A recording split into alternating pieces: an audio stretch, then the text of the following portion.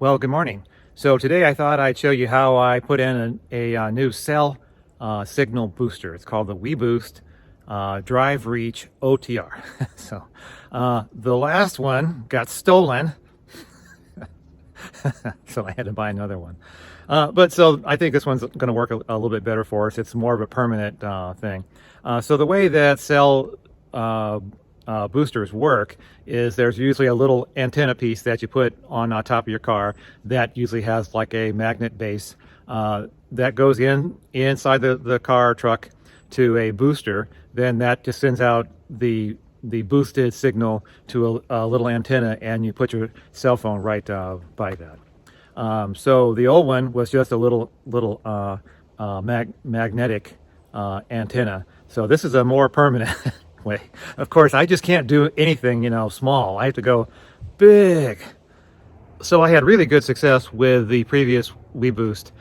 It would take like a 6 megabyte per second cell signal up to 50 megabytes per second. So I mean, it won't amplify zero, but if there's any cell signal, it will at least let you text or look at emails.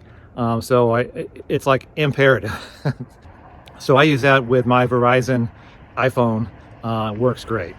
So there is the antenna. It's tied onto my rack and goes in through a little hole I drilled right down there. So the antenna, is obviously long. So the trick is you want to get the antenna as high as you can. Thus, I've kind of gone to this. They would make kind of a pole that you can even raise it up higher, but I didn't want to do that. And the second part of it is that you want the antenna as far away from the inside antenna as possible.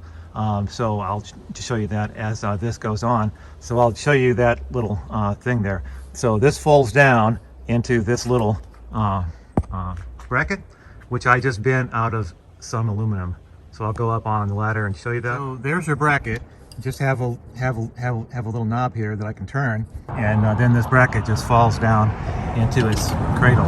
So that's just a piece of an aluminum strap and some pipe insulation and a bungee cord to kind of tie it down when we travel. So when you're ready to stop, all you do is just raise it up, and it goes way up there, and then lock the knob down.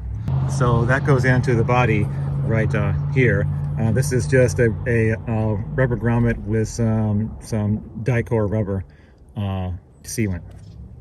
So it goes in right there and goes through the wall, and then comes in here. Now this is just a hollow space.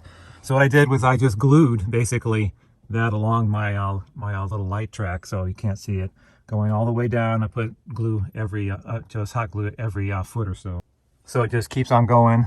And curious thing, it's about a foot too short to get to the amplifier.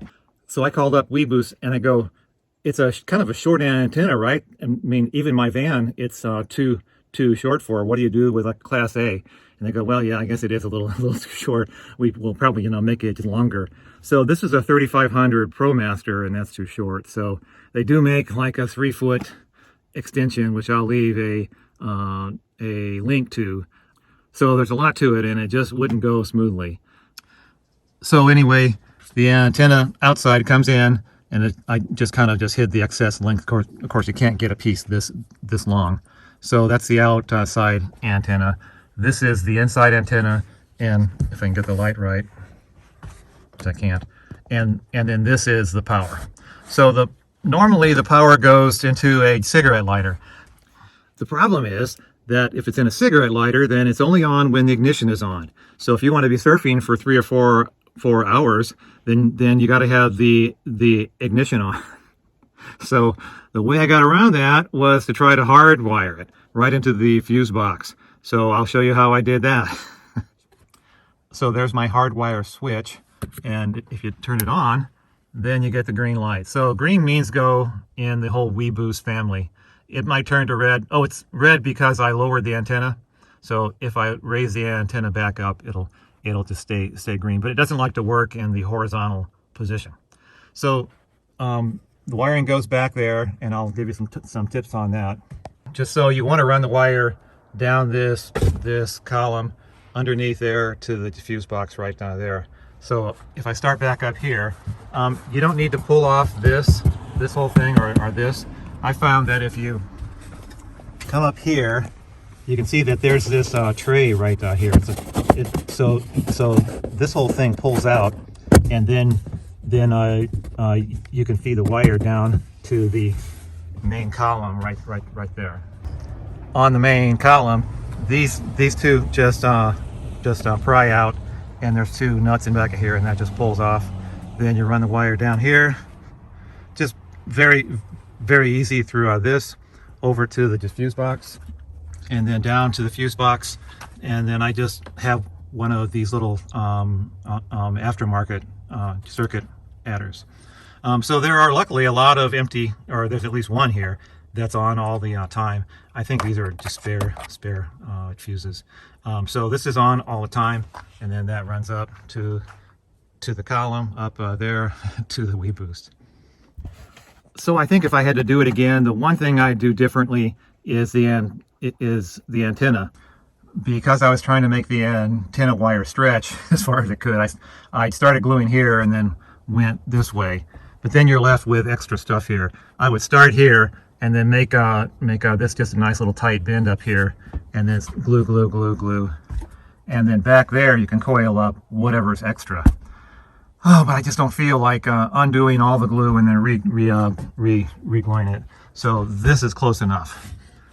So I hope that helps someone, and to save them a few steps and some time. It's always something. But the van's about the way I like it now, so getting it ready for the summer. So thanks a lot for watching, and we'll catch you later. Bye-bye.